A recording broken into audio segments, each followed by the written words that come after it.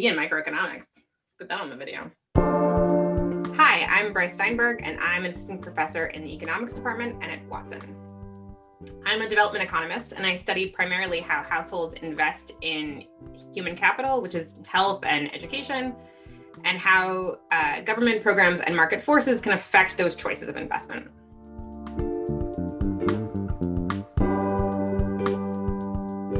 Yeah, I mean, doing focus groups with women is always kind of the fastest way to understand, how people start to make decisions. And so I like to kind of combine small scale kind of qualitative research where you actually get to talk to people with kind of large data analysis. So it's like, you want to kind of know that what you're finding in a big, when you do statistical inference with a decision that's made or an outcome that happens to lots and lots and lots of people, you can make sort of assumptions about what's happening, but it's helpful to kind of confirm those assumptions with people on the ground. So there's been many times where I've seen a phenomenon happen in data, and I go to people and I say, like, is this what's happening? So I guess one example is when we were doing work on water access in Lusaka, we found that when there were water outages, people would do fewer economic transactions, they just fewer things happened in the marketplace in places and times where the water was out. And we thought that people were getting sick. And so because we found, so we had looked at sort of, diarrheal rates went up, right? So when the piped water is out, diarrheal rates will increase because people will go to dirty water sources instead. And so when we saw that, then people weren't going to the market and weren't sort of doing these transactions, we assumed it was because they were sick. And so when we asked people, they were like, no, that's not what's happening. It's just when the water is out, it's a hassle. You got to go find water. It's like your whole day. So it's like, your tap is out, the whole neighborhood's probably out. So it's like, you got to take a bus to another neighborhood and then go find the water in that neighborhood. And that's what's happening. And so it turned out this was a real phenomenon, but we were just totally wrong about what the thing was happening. We probably could have found exactly the right data in our offices in Cambridge to have figured this out. But within 3 minutes of talking to someone in Lusaka, the mystery was solved of what was going on. So there are times like that when I think that there's this complementarity between, qualitative and quantitative methods that helps really broaden the picture beyond just kind of basic data analysis.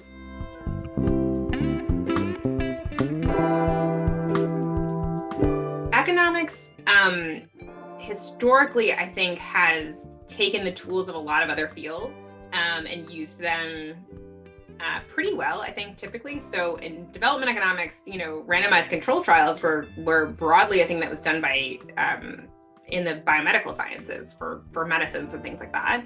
And so the idea of sort of people had done some randomized experiments in social science, but very little before the late 90s, early 2000s, when the recent Nobel laureates, Michael Kramer, Esther Duflo, and Abhijit Banerjee really started using these tools, the kind of randomized control trial to test the efficacy of social programs on specified outcomes. And that was a pretty big change in methodology, and really something that was kind of taken from another field.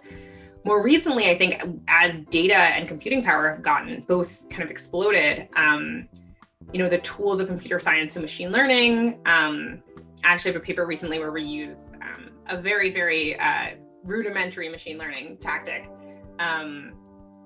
to try and predict child labor across districts in India.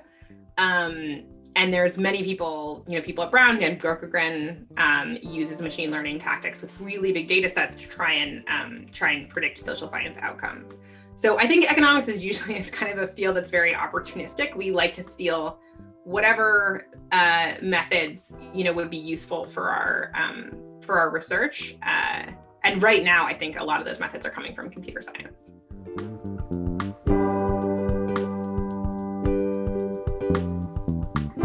I think as scientists, we always want to think of ourselves as really objective, and that who we are doesn't really matter for the research that we do.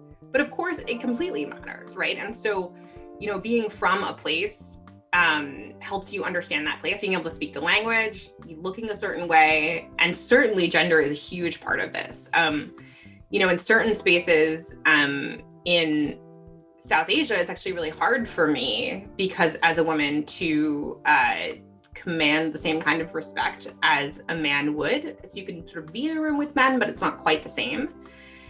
By contrast, in South Asia, especially, there are spaces where men certainly couldn't enter. There are places where women won't speak to men at all. And so you really can't do any kind of firsthand research as a man. This project on contraceptives is a similar scenario. Sub-Saharan Africa doesn't have quite the same strength of kind of gender separation, but when you're talking about something really sensitive like sex, I mean, even in the US, people are typically going to be much more open with someone of their own gender. And so that whole research team is female. I hadn't quite put that together until just now.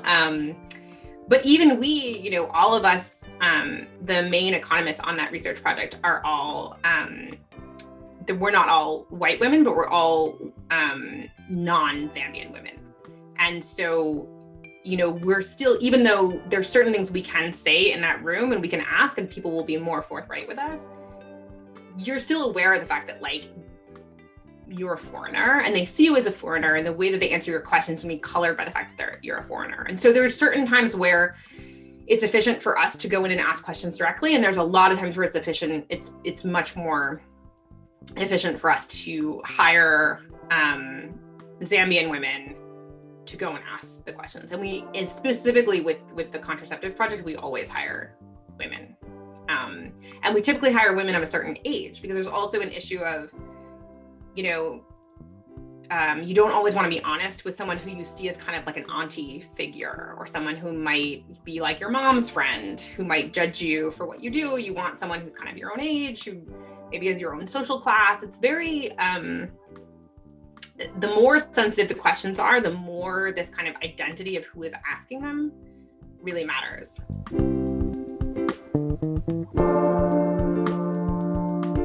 So I think the biggest thing that sticks out to me, and maybe it's because I'm a woman, is the gender disparities across places. So in both places, I would say education is seen as incredibly important. If you ask people, how much education do you want your child to have? They'll say, I want my child to get a doctorate. I want my child to have all the education. It's seen as a path to prosperity, kind of all over the world, I think. But in India, the gender differences are really, really stark. And even still, the education of women is seen as important, but less important than the education of sons. And you can see this in the marriage market. So in Sub-Saharan Africa, at least the places that I've worked, there's a lot of diversity, but in Western Kenya and in Zambia, the places that I've spent a lot of time, women's bride price, this is the price that's paid by the groom's family to the bride's family, is almost entirely dependent on education. So the more education the girl has, the higher the bride price. And it's sort of the more desirable the bride. In South Asia, this is not really true. It just doesn't matter much for dowry. And it doesn't matter that much on the marriage market. It's sort of, it comes up, but it's secondary to things like caste and youth and, virility and prettiness and all of those things and who your parents are. Education for sons is sort of first order important in South Asia. So there is this sort of strong gender difference in particularly education norms across the two places. That's really stark when you start to study it.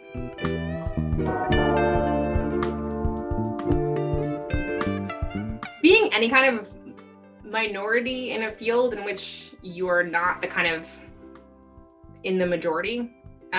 So in economics, being a woman, certainly, you're certainly in the minority. I think you can often feel that you are the representative of your tribe in a way that is a little bit burdensome. So, I feel a lot of pressure to, promote women, invite women to come to campus, hire women. And sometimes I feel like I spend a lot of my capital pushing for, women and other minorities in economics to be kind of promoted in the field in various ways. And sometimes that means that I'm pushing for like the young women to come to campus for the seminar, and thus I'm not pushing for like the, important senior white men in my field to come, which might be beneficial for me. I also think, the issues with parenthood can be especially difficult for women. So I have an 18-month-old.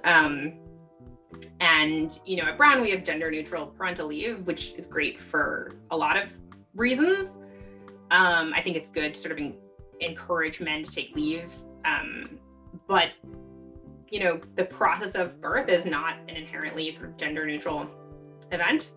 And so giving men and women the same amount of leave often ends up, and there have actually been studies that have shown this, really, really advantaging men because they don't have to recover from childbirth. They don't pump at work. They don't, have to go to doctor's appointments. They don't have to be tired from being pregnant. And so, I think being a woman who is a parent as an assistant professor is also like has its own particular challenges.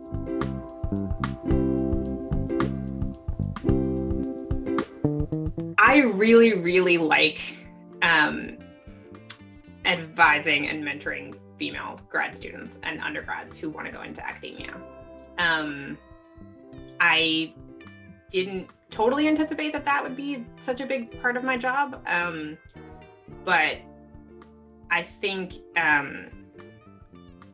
it's useful for them to have a role model who is a young woman who has done this before. And I end up sort of advising informally and formally a lot of people who end up going into academia, mostly women. And now it's really cool because I've been doing it long enough that I know people at a lot of different sort of stages of their career. So there's people who I, encourage as an undergraduate to get a PhD, and now they're kind of in their 4th or 5th year as a PhD. Soon I'll be old enough that they'll all be, professors. But that I think has been a really fun part of this job for me.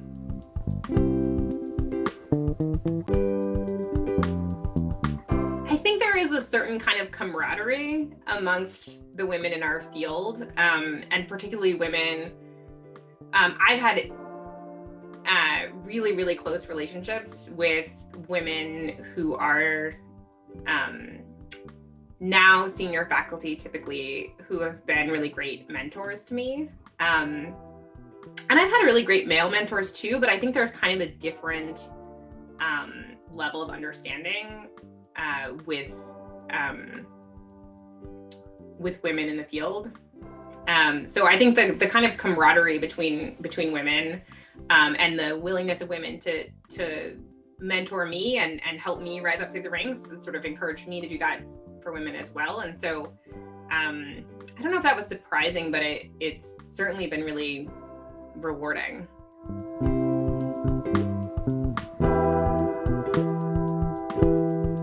My original plan when I came to Brown was to be a lawyer. I had it all worked out. I came from a background where, my parents did not have the opportunity to go to college at a place like Brown, and most of my family sort of didn't go to college. And so to me, the opportunity of going to a place like Brown meant that I had almost a duty to get a job where I could make a lot of money and have a stable income and sort of help people in my family. And just, I think I saw that as the way to take advantage of this opportunity was money and stability, basically. And so to me, I don't know, my idea was to be a lawyer. That seemed like a very stable, lucrative job. Maybe I thought about banking too. Being a professor never crossed my mind. I did some research as a sophomore, honestly, just because I thought it would look good on my CV when I applied to law school. And I spent the summer working as a research assistant for David Weil, and I just loved it. I got to go to this conference, to the NBER Summer Institute, which is this really big conference in Cambridge every summer. And I remember being in a room with all of these incredibly smart people. I was sort of sitting in the back quietly, discussing this paper that I had a tiny part in helping with. And I just couldn't believe that this was a job. I couldn't believe that like these people were all sitting around discussing an idea about economic growth, and that was their job. That was the thing they did when they said they went to work every day. It was completely eye-opening to me. And then I was very encouraged by David to, think about getting a PhD and going into academia. And he spent a lot of time convincing me that it is a real job that would pay money. I think I had an idea that I would be like a starving artist if I went to get a PhD. So he did a lot of work to try to convince me that I would in fact be able to support myself as an econ PhD. And then once I decided, I was kind of all in. And so then I really did a lot of work to try to prepare to get a PhD. I tried to get a lot of research experience. I worked as a full-time RA. But once this door had been opened to me, I kind of couldn't go back through it. I was too amazed that this was a job that exists. I'm still amazed that this is a job that exists. I still kind of feel like someday someone will say like, now you have to get a real job and I'll have to be, a plumber or something normal. But for now, I feel like I get to do this pretend job, and it's great.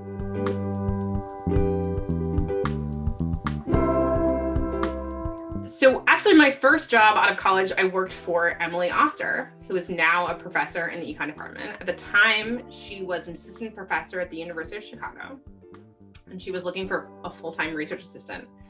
My boyfriend at the time, now my husband, was a year behind me in college. He was at Columbia, and we wanted to apply together to graduate school to be in the same city, basically.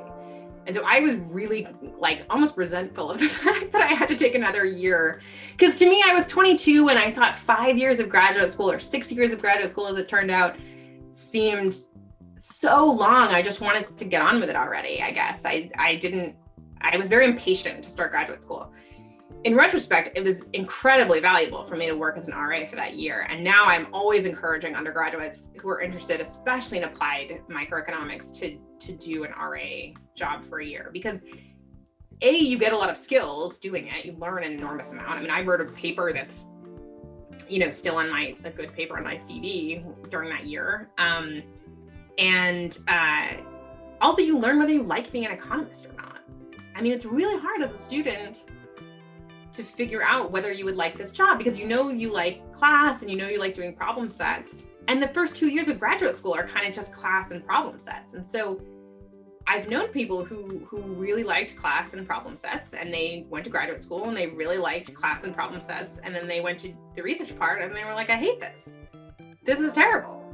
And so I think being an RA helps you to figure out, do you actually like the part that is most of the job? Which is the research part. And so I'm really thankful that I ended up taking that year, even though I really didn't want to at the time.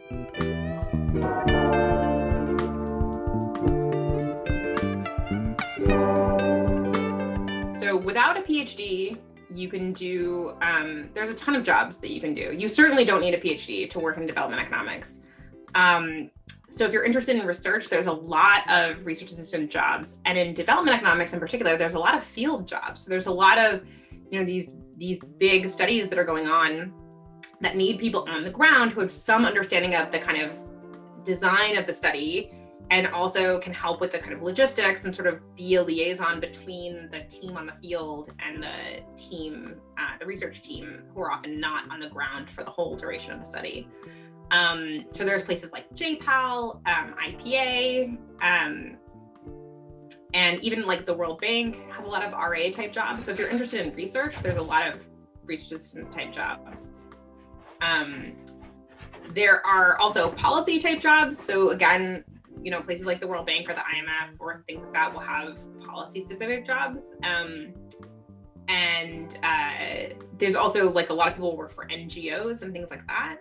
And, you know, even sort of, I think if you're really interested in development economics and development policy, and especially if you're a person who comes from a rich country, it is helpful to go and spend some time in the kind of place that you are interested in studying or doing policy work in. So whether that's in Sub-Saharan Africa or South Asia or Southeast Asia or Latin America, but you know, you can do all sorts of jobs there. You can work for an NGO or a charity. You can work for the Peace Corps. You can teach in English. You know, there's all sorts of jobs.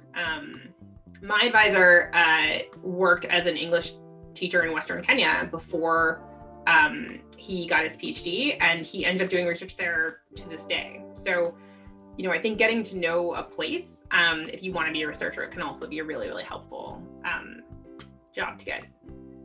It almost doesn't matter as much exactly what you're doing there, but living there and learning the language and starting to understand the context can be really helpful if you're interested in either research or policy work in the long run.